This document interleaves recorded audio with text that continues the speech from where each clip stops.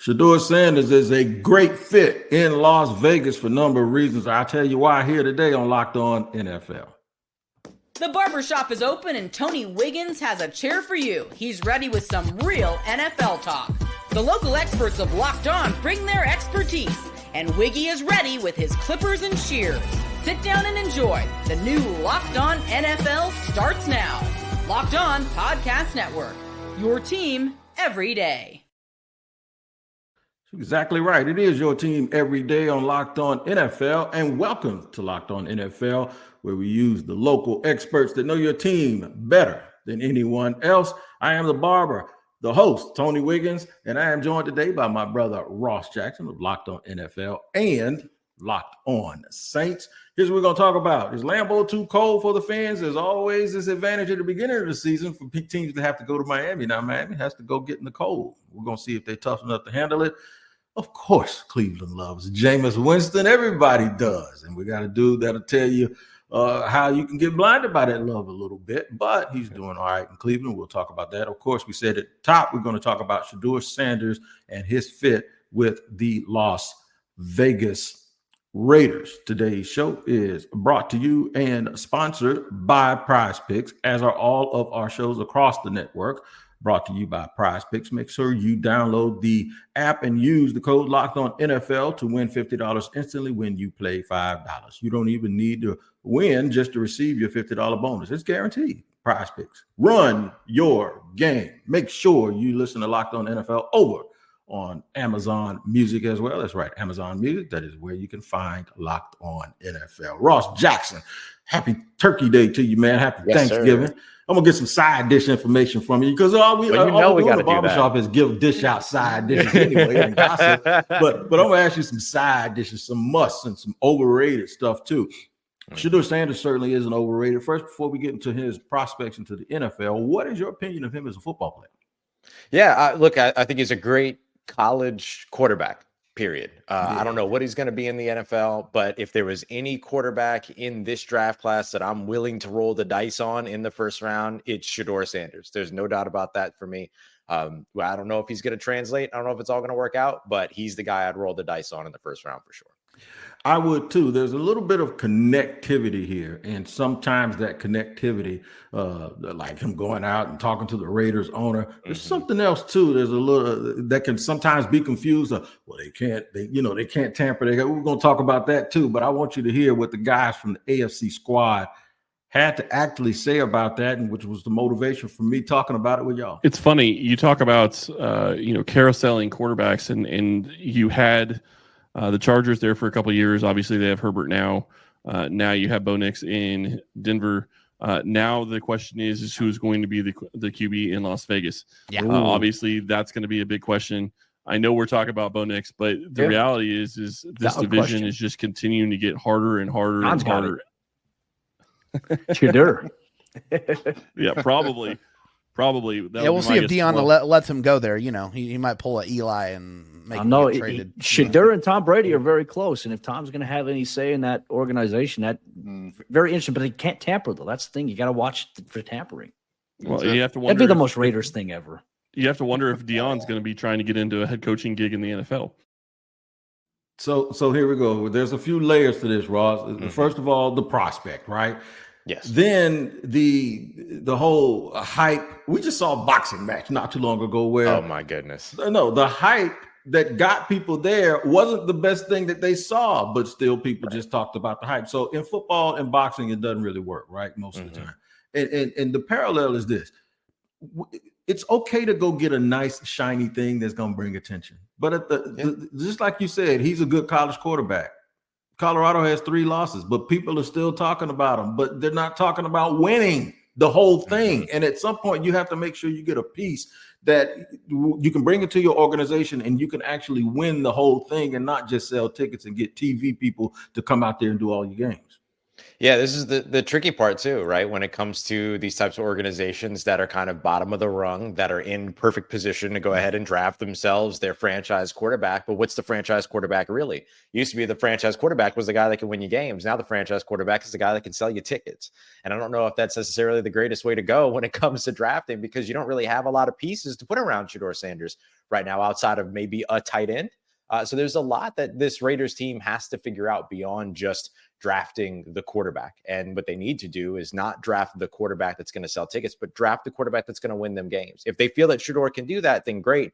Again, I think he's the most likely one of the first round conversation for this year. I don't think this is a very good crop of quarterbacks in this year's draft class at all.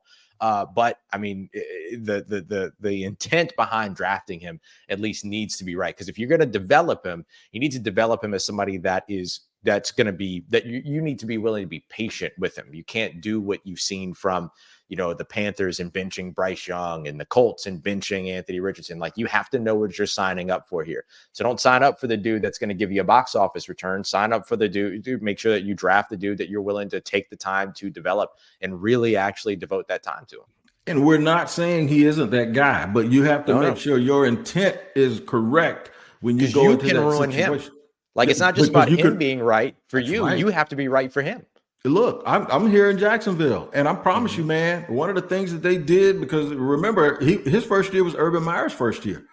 And Urban was ticking people off at every turn, and then didn't really want to talk to the media. So when fans and media needed something, they rolled Trevor out there, man, like he was a press secretary, bro. And he was just like deflecting bullets from everybody and making sure the natives weren't restless. And for me, it stumped his development, because he's supposed to be in there with his teammates. He ain't supposed to be out here talking to a bunch of 50-year-olds trying to calm us down. He's supposed to be doing the things that a 21-year-old does, ingratiating himself with his team, and not don't separate him as this thing you roll out because you can't do anything else correctly.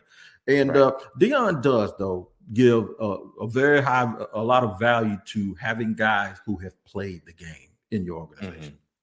I think he has a good relationship with Antonio Pierce because of both of them having real good relationships with Herman Edwards.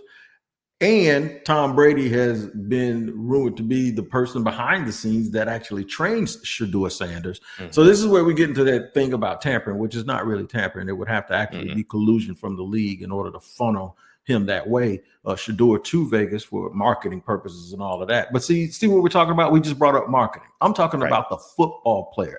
And getting back to Deion, the one thing I will say about Colorado and Deion, a lot of people focus on the hype. If you watch them play, they're well coached, they're disciplined, they're sound, they do all of these things. So sometimes the hype can overshadow the tangible stuff that we're saying that Oakland needs to pay attention to. Me personally, this ain't about the Sanders. This ain't about who they are. This is about an organization that is always, like they always said, Al Davis said, draft speed, draft speed, draft speed. This is about an organization that we just don't trust to do the right thing by that guy, right?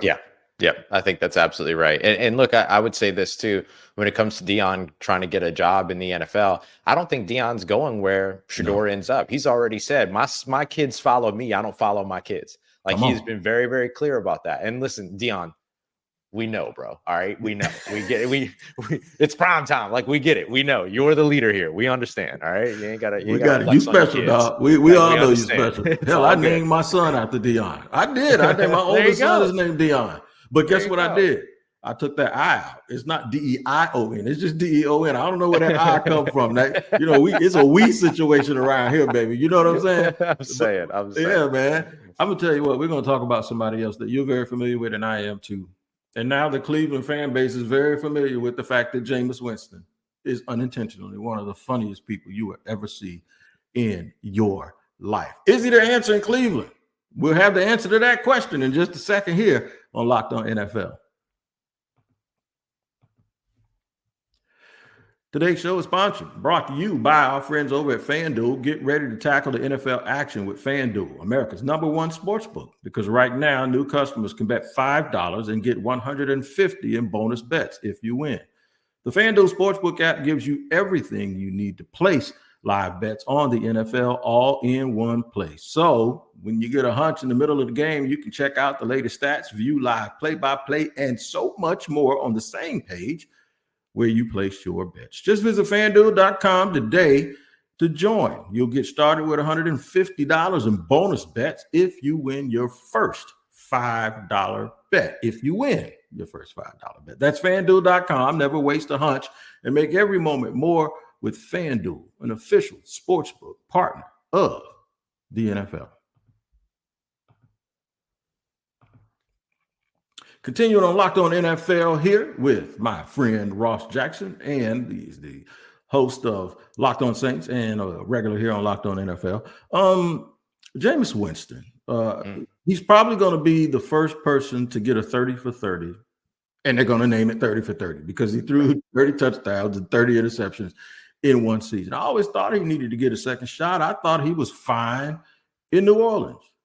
Dancing around on the crutch, trying to run through drills and getting knocked down by the bag, but that's fine.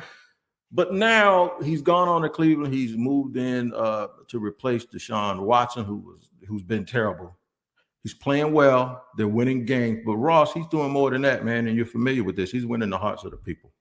Yeah, absolutely. This is what Jameis does. The outpouring of love when he performs well is always 10 times greater than the outpouring of hate when he performs poorly.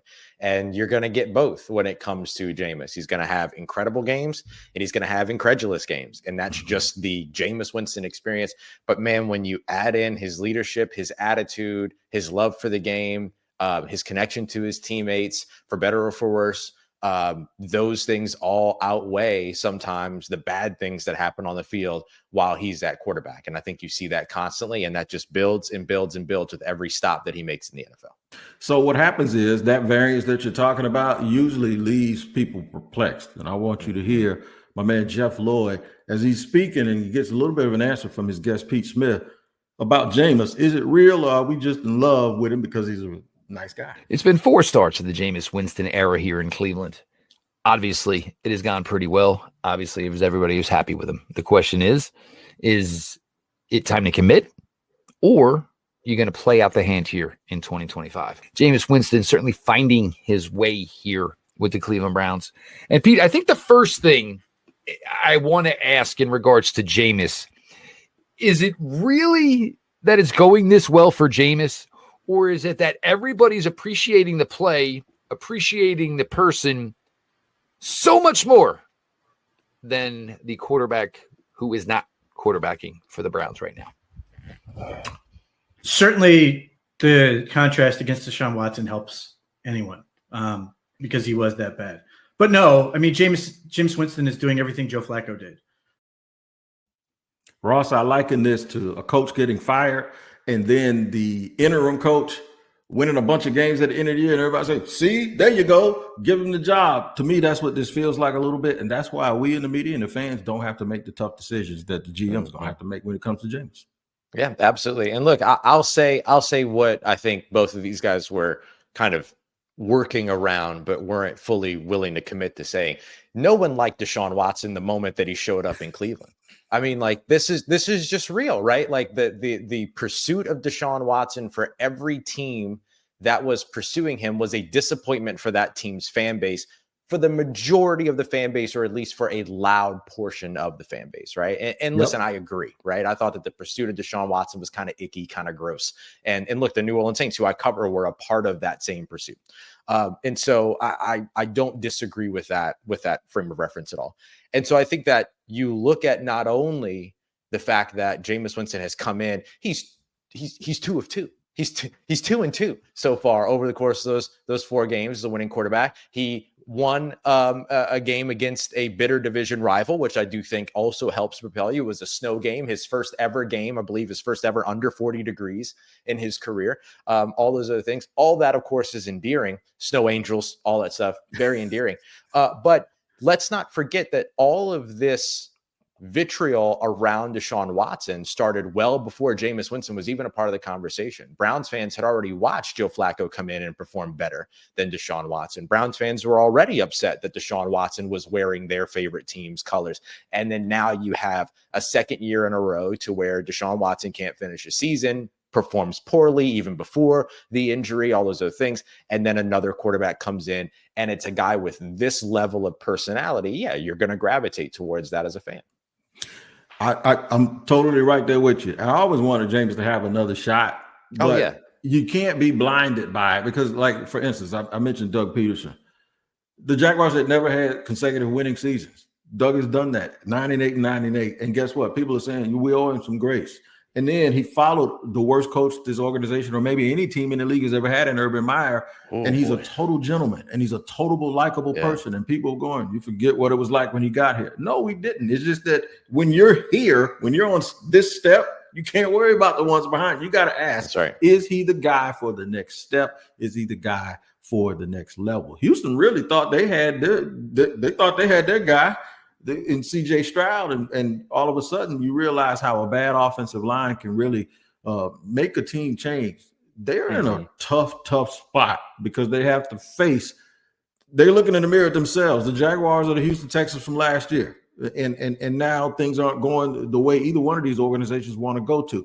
But I want you to hear what John Hickman from Locked On Texans says is the reason for Houston's struggles. What happened with the Texans this week? The same thing that's been happening all year. They can't score points in the second half. The defense in the last 18 quarters, I think the last 4 or 5 games, the defense has more touchdowns in the second half than the offense. And they were not able to get a touchdown in the second half until it came down to their final drive against Dallas, and that game was already won. It was a Joe Mixon touchdown, rushing touchdown. Same game that they had a defensive fumble return. So the problem is, hey, in the first half, we got all the confidence in the world that they're going to win the game. The second half rolls around, and each and every game this year, whether I'm in the press box or whether I'm at home, I sit and think to myself, Houston can lose this game.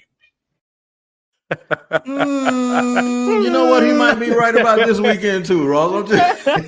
That's great. Yeah, man. And so when I hear about a team, and this hits a little home for me, a little personal. When I hear about a team that can't score when they want to and they need to, which is usually in the second half, the first thing I think about is the offensive line, because you are trying to game plan around something that you can't game plan around. You're either going to push people out of the way and get first downs and sustain drives, and you're going to score when you get in the red zone, or you're not. And the guys up front, to me, usually determine that. I don't know, but Ross, that's the first thing I think about with Houston.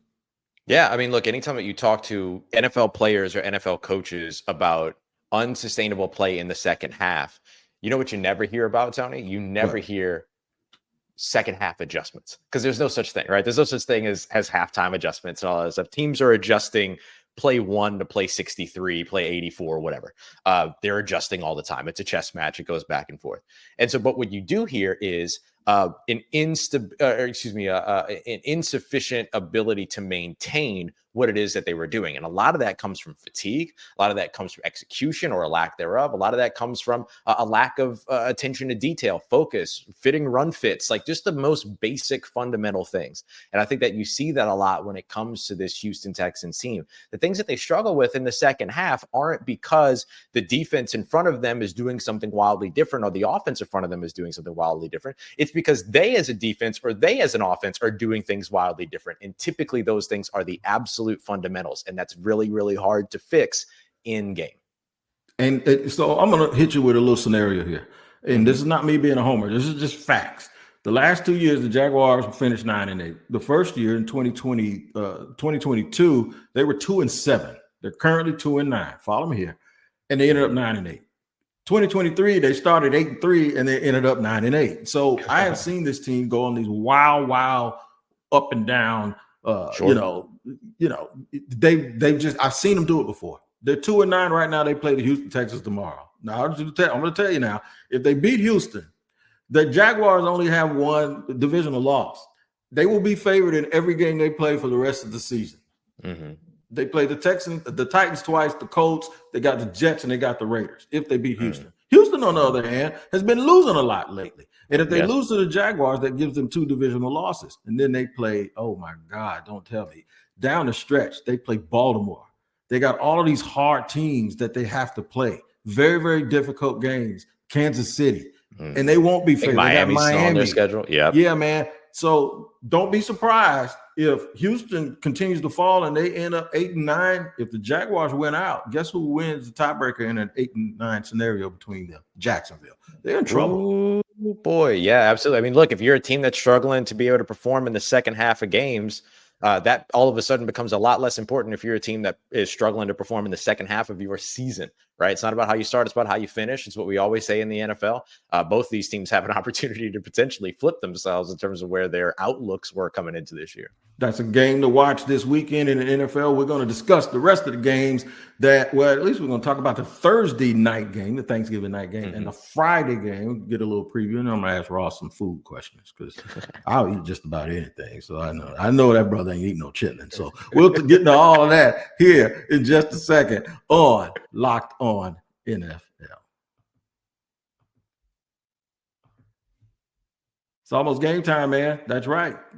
Today's show is sponsored by Game Time. If you in Detroit, Dallas, or anywhere else, and you just decided you want to go to the game right now, don't worry about it. You ain't too late because Game Time, they will get you right because they really, really, really have the best all-in pricing, late seats. They'll get you in. Game Time has a procurement process, a curation process rather, where you'll get right to the seats you want without all the fluff. All you got to do is take the guesswork out of buying tickets with Game Time. Download the Game Time app, create an account, use the code LOCKEDONNFL for $20 off your first purchase. Terms apply. Again, create an account and redeem code. I'll spell it for you. It's LOCKEDONNFL for $20 off. Download the Game Time app today. What time is it? It's game time.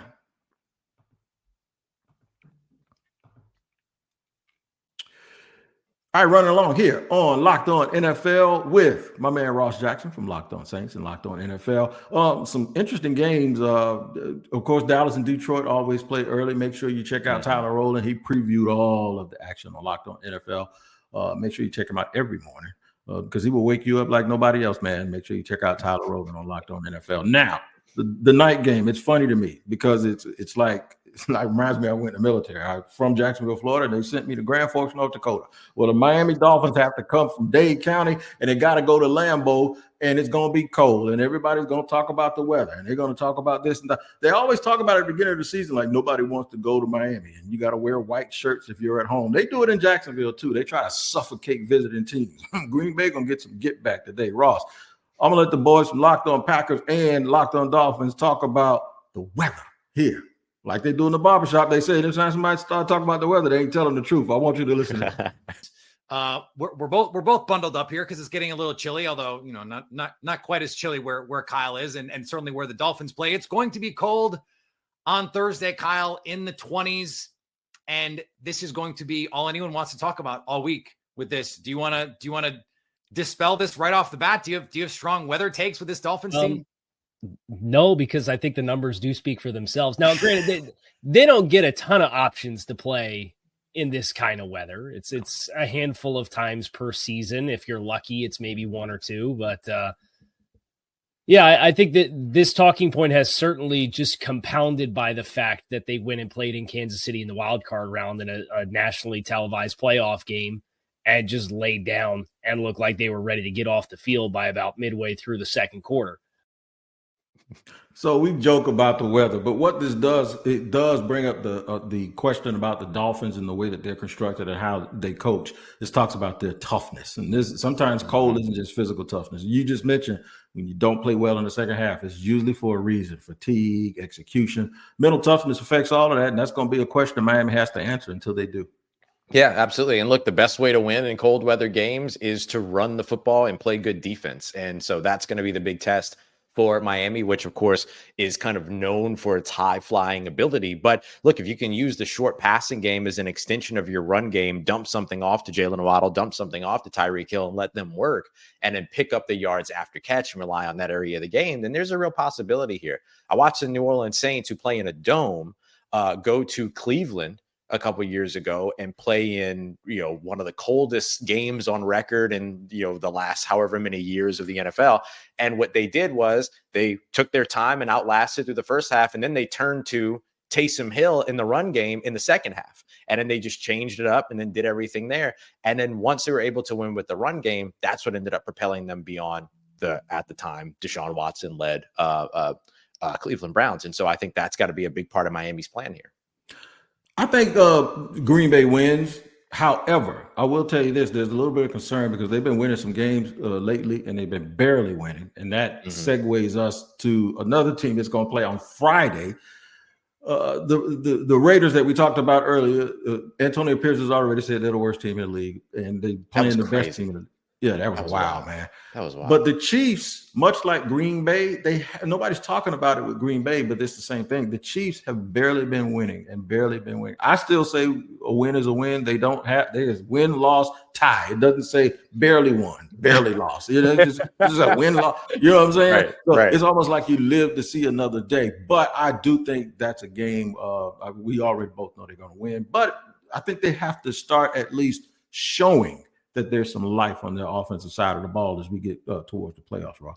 Yeah. This is the time, right? This is the time to be able to prove what kind of team you really are as the Kansas City Chiefs and to remind everybody who you really are as the Kansas City Chiefs, especially in a divisional game, because we know that a lot of times when it comes to Kansas City and when it comes to the best teams in the NFL, typically, if you're going to drop a game, you're going to drop it to one of the other best teams, or you're going to drop it to somebody in your division that's familiar with you, that knows how to attack you, that played you multiple times in a season, all those other things. And so this is a real opportunity for Kansas City to not just kind of, continue and advance to 11-1 on their way to what they hope is a three-peat. It's an opportunity for them to be able to plant their flag of the team that they are. I think that they'll do that, but I think that the Raiders will give them a little bit of trouble on the way. But I think that they have an opportunity here to make a little bit more of a statement than we're used to Kansas City having to make at this point in the season. No doubt about it, man. As always, man, bringing it like we bring it nowhere else in the barbershop here on Locked On NFL. As I said before, it's twice a day. Make sure you tap in to Locked On NFL with Tyler the Madman rolling.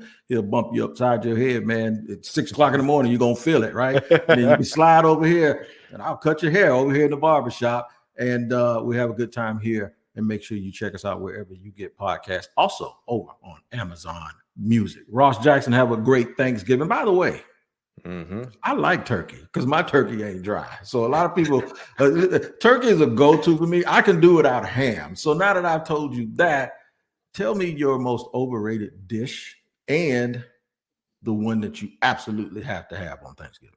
Oh yeah, no, I mean the most overrated dish is 100% turkey. I believe that you do turkey well. I'm not doing that. But I'm just saying, anytime that you talk about a dish one time a year, yeah, and then you're overplaying it for the one day over that year, right. Yeah, it's probably a little bit overrated, right? Because the only other time we talk about turkey is if we're making turkey sandwiches. So you know what I mean? So I gotta say turkey is the most overrated one.